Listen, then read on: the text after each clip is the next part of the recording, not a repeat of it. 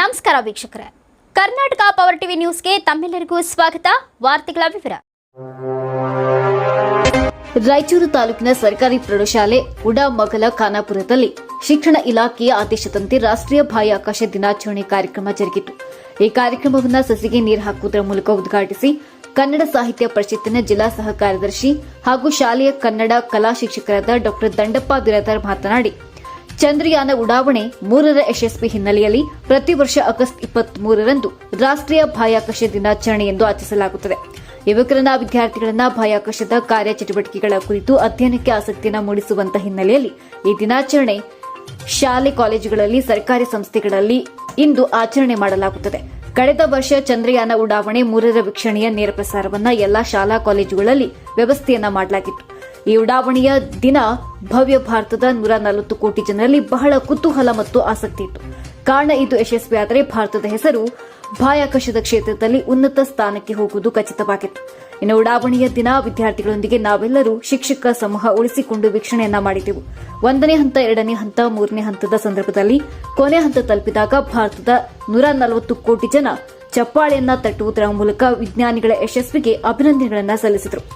ಡಾ ಸೋಮನಾಥ ಚಟರ್ಜಿ ಇಸ್ರೋ ಸಂಸ್ಥೆಯ ಮುಖ್ಯಸ್ಥರು ಅವರ ತಂಡದ ಸಾಧನೆಗೆ ದೇಶದ ಪ್ರಧಾನಮಂತ್ರಿಗಳಿಂದ, ರಾಜ್ಯದ ಮಹನೀಯರಿಂದ, ವಿವಿಧ ದೇಶದ ಗಣ್ಯರಿಂದ ಅಭಿನಂದನೆಗಳ ಸುರಿಮಳೆ ಆಯಿತು.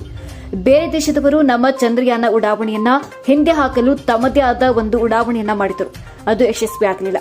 ನಮ್ಮ ಚಂದ್ರ ಉಡಾವಣೆ 3 ಅತ್ಯಂತ ಯಶಸ್ವಿಯಾಗಿ ಇತಿಹಾಸದಲ್ಲಿ ಒಂದು ದೊಡ್ಡ ಮೈಲುಗಲ್ಲಾಗಿ ಮಾರ್ಪಟ್ಟಿದೆ ಎಂದು ಡಾ ದಂಡಪ್ಪ ಬಿರಾದಾರ್ ಹೇಳಿದರು. ಇನ್ನು ಕಾರ್ಯಕ್ರಮದಲ್ಲಿ ಶಾಲೆಯ ಶಿಕ್ಷಕಿಯರಾದ ಶ್ರೀಮತಿ ನಫೀಸ್ ಅಂಜುಮನ್, ಶ್ರೀಮತಿ ಶಿವಲೀಲಾ, ಶ್ರೀಮತಿ ಅನಿತಾ ಎನ್, ಶ್ರೀಮತಿ ವಿನಯ್ ಕುಲಕರ್ಣಿ, ಶ್ರೀಮತಿ ಸರಸ್ವತಿ, ಶ್ರೀಮತಿ ಪದ್ಮಾವತಿ ಭಾಗವಹಿಸಿದ್ದರು. ಕುಮಾರಿ ತನುಜಾ ತಾರಾ ಪ್ರಾರ್ಥನೆ ಮಾಡಿದರು. ಕುಮಾರಿ ದಿವ್ಯಶ್ರೀ ಕಾರ್ಯಕ್ರಮ ನಿರೂಪಿಸಿದರು. ಇನ್ನು ಕಾರ್ಯಕ್ರಮದ ಕೊನೆಯಲ್ಲಿ ಕುಮಾರಿ ಗೀತಾ ವಂದಿಸಿದರು. ಕಾರ್ಯಕ್ರಮದಲ್ಲಿ ಶಾಲಾ ಸಿಬ್ಬಂದಿ, ವಿವಿಧ ತರಗತಿ ವಿದ್ಯಾರ್ಥಿಗಳು ಉಪಸ್ಥಿತರಿದ್ದರು. ಕ್ಷೇತ್ರ ಶಿಕ್ಷಣಾಧಿಕಾರಿಗಳು ಮತ್ತು ಶಾಲಾ ಶಿಕ್ಷಣ ಅಧಿಕಾರಿಗಳೊಂದಿಗೆ ಇಡೀ ಭಾರತಾದ್ಯಂತ ಇವತ್ತ ರಾಷ್ಟ್ರೀಯ ಬಾಹ್ಯಾಕಾಶ ಆಚರಣೆಯನ್ನು ಮಾಡಲಾಗುತ್ತದೆ. ಕಾರಣ ಚಂದ್ರಯಾನ 3 ತಮಗೆಲ್ಲ ಗೊತ್ತಿರಬೇಕು. ಚಂದ್ರಯಾನ 3 ಇಡೀ ಜಗತ್ತಿಗೆ ಮೆರುಗು ತರುವಂಥ ಕಾರ್ಯವನ್ನು ಅವತ್ತು ಡಾಕ್ಟರ್ ಸೋಮನಾಥ್ ಮತ್ತು ತಂಡದವರು ಬಹಳ ಕುತೂಹಲದಿಂದ, ಅಷ್ಟೇ ಆಸಕ್ತಿಯಿಂದ ಚಂದ್ರಯಾನ ಉಡಾವಣೆಯ 3ಅನ್ನು ಅತ್ಯಂತ ಯಶಸ್ವಿಯಾಗಿ ಮಾಡಿದಂಥ ಹಿನ್ನೆಲೆಯಲ್ಲಿ ಭಾರತ ಘನ ಸರ್ಕಾರ ಪ್ರತಿ ವರ್ಷ ಆಗಸ್ಟ್ 23ರಂದು ರಾಷ್ಟ್ರೀಯ ಬಾಹ್ಯಾಕಾಶ ದಿನಾಚರಣೆಯನ್ನು ಶಾಲೆ ಕಾಲೇಜುಗಳಲ್ಲಿ ಮತ್ತು ಸರ್ಕಾರಿ ಸಂಸ್ಥೆಗಳಲ್ಲಿ ಆಚರಣೆಯನ್ನು ಮಾಡುವುದರ ಮೂಲಕ ವಿದ್ಯಾರ್ಥಿಗಳಲ್ಲಿ ತಾಂತ್ರಿಕ ಅಂಶಗಳ ಕುರಿತು, ಆಕಾಶಯಾನದ ಕುರಿತು, ಆಕಾಶದಲ್ಲಿ ನಡೀತಕ್ಕಂಥ ಘಟನಾವಳಿಗಳ ಕುರಿತು, ಜೊತೆಗೆ ಬಾಹ್ಯಾಕಾಶದ ಅಂಶಗಳ ಕುರಿತು ವಿದ್ಯಾರ್ಥಿಗಳಿಗೆ ತಿಳಿಸುವಂಥ ಮಹತ್ವ ಕಾರ್ಯವನ್ನು ಇಂದು ರಾಷ್ಟ್ರೀಯ ಬಾಹ್ಯಾಕಾಶದ ದಿನಾಚರಣೆ ಹಿನ್ನೆಲೆಯಲ್ಲಿ ಈ ಒಂದು ಕಾರ್ಯಕ್ರಮವನ್ನು ಆಯೋಜನೆಯನ್ನು ಮಾಡಲಾಗಿದ್ದು, ಬಹುಶಃ ಅದು ರಾಷ್ಟ್ರೀಯ ಬಾಹ್ಯಾಕಾಶ ದಿನಾಚರಣೆ ದಿನದಂದು ನಮ್ಮ ದೇಶದ ಪ್ರಧಾನಮಂತ್ರಿಯಾದಂಥ ನರೇಂದ್ರ ಮೋದಿಜಿಯವರು ಬೇರೆ ಕಡೆ ಇದ್ದರು. ಆದರೆ ಅದು ಯಶಸ್ವಿ ಆದ ತಕ್ಷಣವೇ ಬಹುಶಃ ಅವರು ಬೇರೆ ಕಡೆ ಇದ್ದರು, ಅದನ್ನು ವೀಕ್ಷಣೆ ಮಾಡ್ತಾ ಇದ್ರು.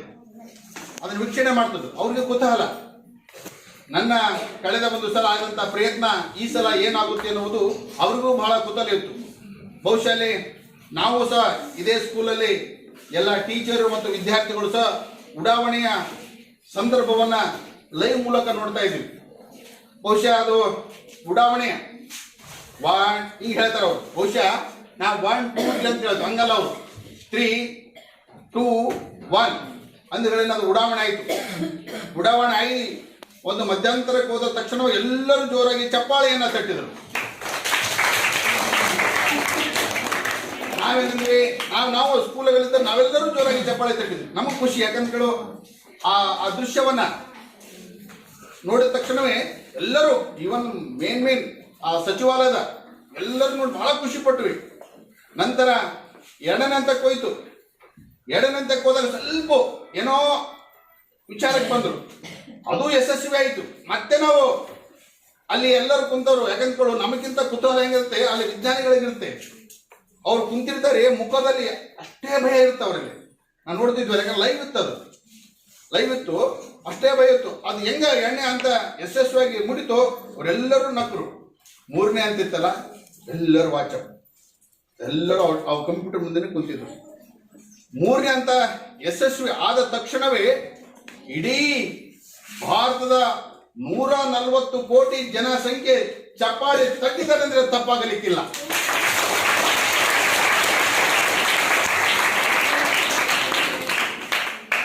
ಒಂದು ಬಾಹ್ಯಾಕಾಶದಲ್ಲಿ ಒಂದು ಉಪಗ್ರಹವನ್ನಾಗಲಿ ಒಂದು ನೌಕೆಯನ್ನಾಗಲಿ ಬಿಡಬೇಕಾದ್ರೆ 1000 ರೂಪಾಯಿ ಖರ್ಚಾಗಲ್ಲ, ಲಕ್ಷಾಂತರ ರೂಪಾಯಿ ಖರ್ಚಾಗಲ್ಲ, ಕೋಟ್ಯಾನುಗಟ್ಟಲೆ ದುಡ್ಡು ಖರ್ಚಾಗ್ತಾ ಇದೆ.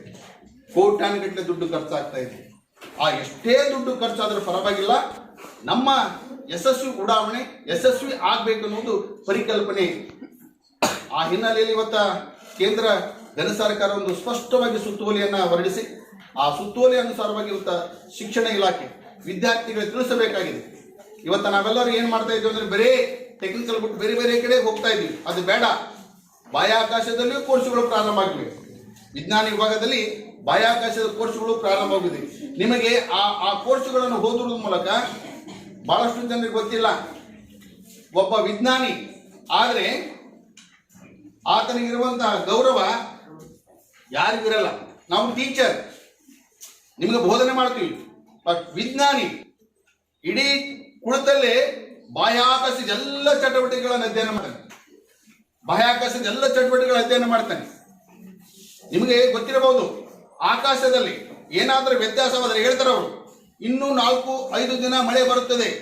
ಏನ್ ಸರ್, ರಾಯಚೂರಿಗೆ ಇಷ್ಟು ಬಿಸಿಲು ಬಿದ್ದಿದೆ, ಆ ವಿಜ್ಞಾನಿಗಳು 3-4 ದಿನ ಮಳೆ ಬರ್ತದ, ನೀವು ಇಷ್ಟು ಬೆಳಗ್ಗೆ ಹೇಳಿದ್ರೆ ಸಾಯಂಕಾಲ ಎಲ್ಲ ಮೋಡ ಕವಿದ್ಬಿಟ್ಟಿರಿ, ಅದಕ್ಕೆ ವಿಜ್ಞಾನಿ ಅಂತ.